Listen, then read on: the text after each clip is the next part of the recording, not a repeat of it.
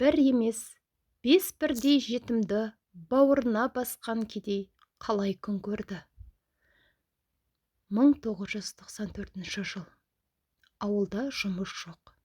Жарық өшкен, нан пісіретін, ұн таппаған адамдар кебекті илеп жей бастаған кез.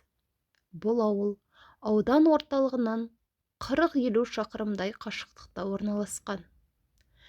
Қыста қар басқан жолда ашатын техника жоқ. Сондықтан ауыл адамдары қар қалыңдамай тұрып, қыстың басында аудан орталығынан азық-түліктерін тасып алып, көктемге дейін жан бағады.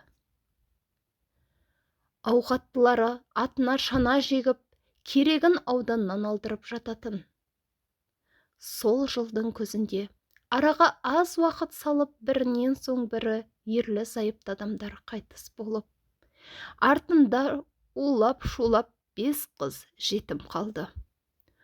О дүниелік болған ата-аналарының туыстары ақылдаса келіп, қыздарды жетімдер үйіне өткізбек болып, ауданнан автобус шақыртады.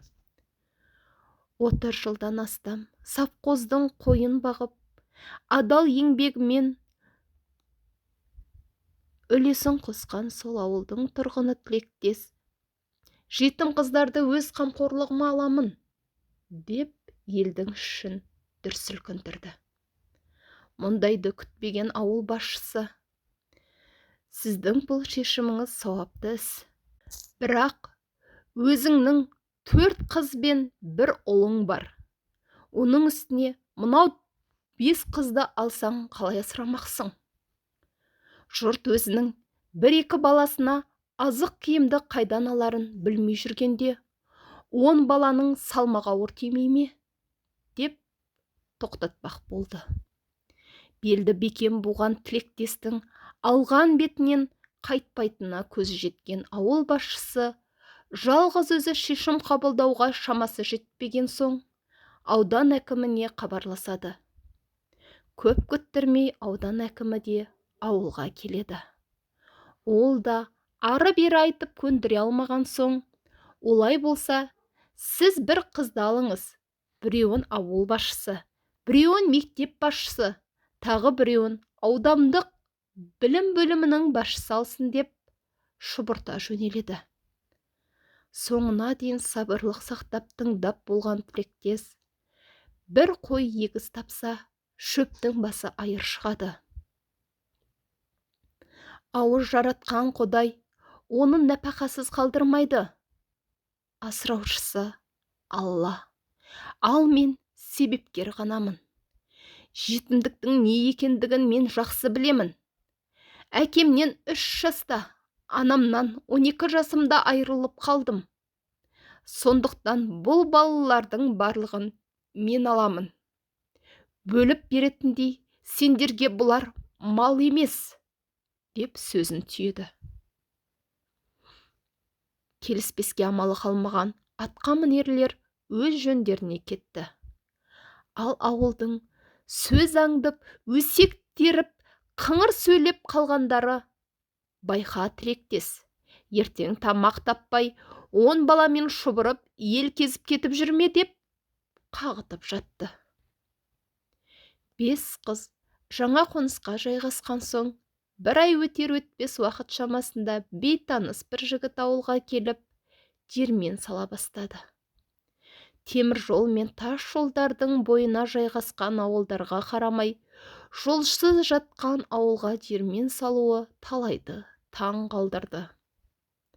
Десек те, бидайларын өктіріп ауылға келіп кететін, көліктермен баратын жеріне жетіп алатын мүмкіндікке қол жеткізген ауыл тұрғындары үшін бұл диірмен құтты болды.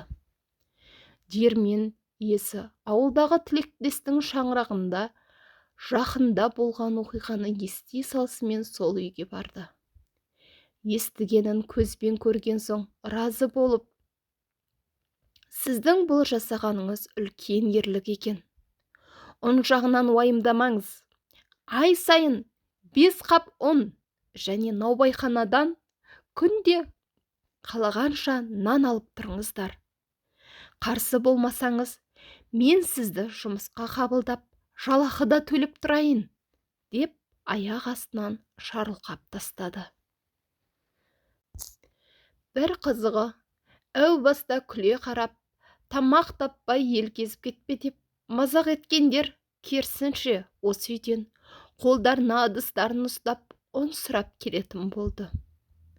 Осыдан соң 5-6 жылдай ауылда тұрған тілектес балаларын оқыту үшін қалаға көшуге мәжбүр болды.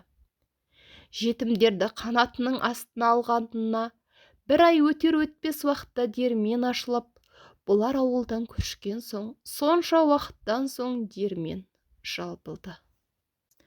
Түсінген адам үшін бұл оқиғада зор хикмет бар. Алла тағала жетім қыздарды ризықтандыру үшін бір құлына диірмен салдырып қойып, оның ісіне береке беріп қойды. Ал осы оқиғадағы тілектес атты кейіпкер менің марқұм әкем еді. Құрметті оқырман, каналыма тіркеліп, әңгімемді соңына дейін тыңдаған болсаңыздар, комментарийде өз ойларыңызбен бөлісіңіздер. Ұнаған болса, лайк басып кетіңіздер. Каналымның даму үшін өз үлестеріңізді қосыңыздар. Бір-бірімізге жақсылық жасап жарысайық. Және де өзге де әсерлі әңгімелерімді, болған оқиғаларымды каналымнан таба аласыздар. Рахмет.